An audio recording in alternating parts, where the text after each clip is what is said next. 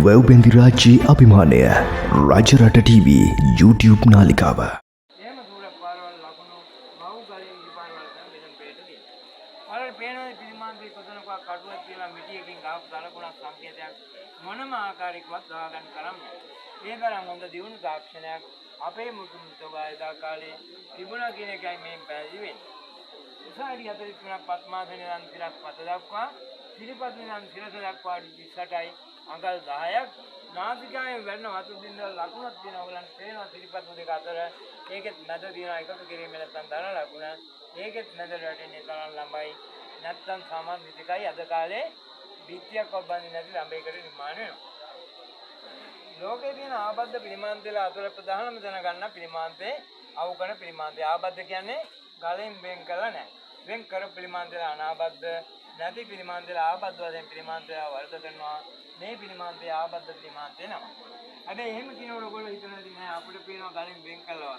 බැලු බැලමට ගලෙන් වෙන් කළා කියලා. නමුත් අඩි 8කින් විතර පස්සේ අඩි 1මාරක වගේ පරාසයකින් පිට කොන්ද දක්වා මේ සම්බන්ධතාවය තියෙනවා. පාද දෙක වැටෙන බරත් එක්ක ඇති වෙන ආදානමෙන් ආශ්‍රය කරන සඳහා අර වගේ බද්දයකින් සත්‍යමත් කරන්න ඇති. එතනම ඇඟිල්ල සම්බන්ධතාවයක් තියෙනවා. වැලිමිටේ සම්බන්ධතාවයක් තියෙනවා. යම් ආකාරයක භූමිකම්පාවක් වගේ ස්වභාවික ආපදාවකදී අත්‍යයට ඇති වෙන ආදානමෙන් ආශ්‍රය කරන සඳහා අර වගේ උපක්‍රමයකට සත්‍යමත් කරන්න ඇති. වැඩ ඉන්නේ සමබංග ඉරියව්වෙන් අමරාවති සම්ප්‍රදායට දකුණු සියයන් ආශිර්වාදාත්මක අභිමුද්‍රා දරාගෙන ලැබට ආශිර්වාද කරන වැඩි.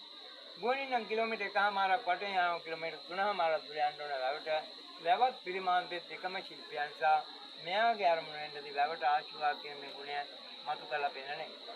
දෙතිස් මහා පුරුෂ ලක්ෂණ බාහිර ලක්ෂණ වැඩි කොටස නිර්මාණය වෙනවා. ඔයගොල්ලෝ බලන්න හස්ත රේඛාව නල්ලේ රේඛා ටික මණික් කඩුව ගාතන රේඛාව ඇඟිලි පුරුක් අතර රේඛා බෙල්ල නිකට වගේ තැන්වල ඇති රේඛා සාම්ද්‍රෝ ඇහින් නොදැක්කට හිතින් දැක්කවා තමයි මෙතෙන්දී අපිට පෙන්නලා දෙන්නේ.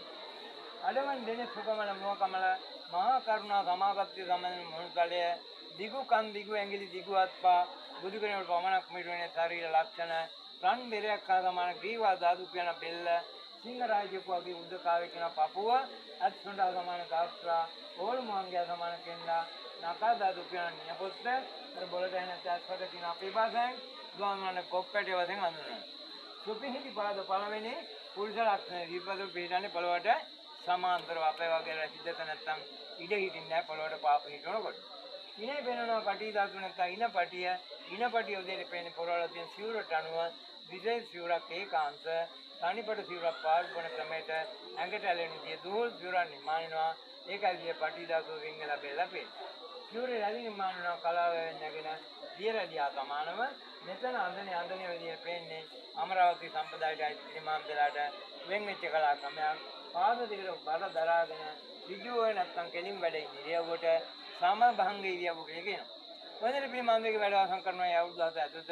හැබැයි පිළිමාන්දෙත් මේ දිනවා ගලෙන් නෙලපු මල් ආසනයක් වාසන දෙක මැද ඔය දෙක විතරයි බර්ණ කියන ශිල්පියක්. සිරදාතුන් දෙවියන් සිරප්පත එක තියෙන මහනුවර යුගයේදී ඒකට හේතුව අන්නාපුර යුගය වගේ මුල් යුගවලදී පිළිමාන්දලාට සිරස්පත එකතු වෙන්නේ නැහැ. සිරස්පත මුල් වලට එකතු වෙන්නේ පිළිමාන්දලාට මහනුවර යුගයේදී. එලා මේ පිළිමාන්දලා සිරස්පත නැත්තම් උෂ්ණීෂය එකතු වෙනවා. ඒවද මේ තියෙන නෙළුම් මල මේකට කියනවා පద్මාසනය. මේක පාලි භාෂාවෙන් පටිමාකරය අද අපේ භාෂාවෙන් පිළිමගේ. මේ කොටස් දෙක එකතු වෙන 8 වෙනි සතවර්ෂයේ මෙතන පිළිමගේ නිර්මාණය වෙන නිසා ඇතුලේ උෂ්ණත්වය පාලනය කරන වගේ මුලම් කවුල් වා කවුල් දෙක විතරක ජනේලයක් වගේ දෙයක් දෙකක් නිර්මාණය. ඒක තමයි පේනවා මේ පිටි දෙක අතර යම් කිසි දෙපාරාසයක් යන නිදාස් ප්‍රදේශය. මේක මෙතෙන් නම් මේ හුලම් කවුලුක පාවුඩත් මේ පැත්තෙන් මේ හුලම් කවුලුක පාවුඩත් යනවා. මේකට එදා කාලේ කියලා තියෙන පදක්ෂිනා උද්දය නැත්තම් පදක්ෂිනා පතේ පාලි භාෂාවෙන් අපේ භාෂාවෙන් මේ තමයි සක්මන් මළු මිසාගේ අධ්‍යාත්මයේ දිනන සඳහා නිර්මාණදී වර්තමානික විහාරස්ථාන කල්පයන්හි සක්මන් භාවනා සඳහා කාලේ වෙන් කරගත කොට. ඕනි කෙටි තියාද පිනමන් සම්බන්ධය කතාව සියලුමාර සම්මා සම්පන්නයි.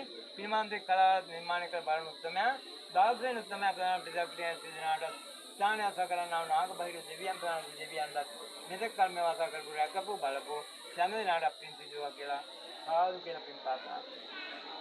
ඔය යම්මා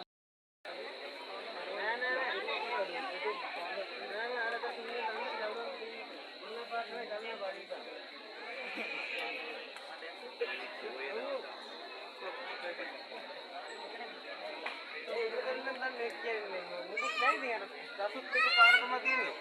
දෙකට මාර්ගස්ත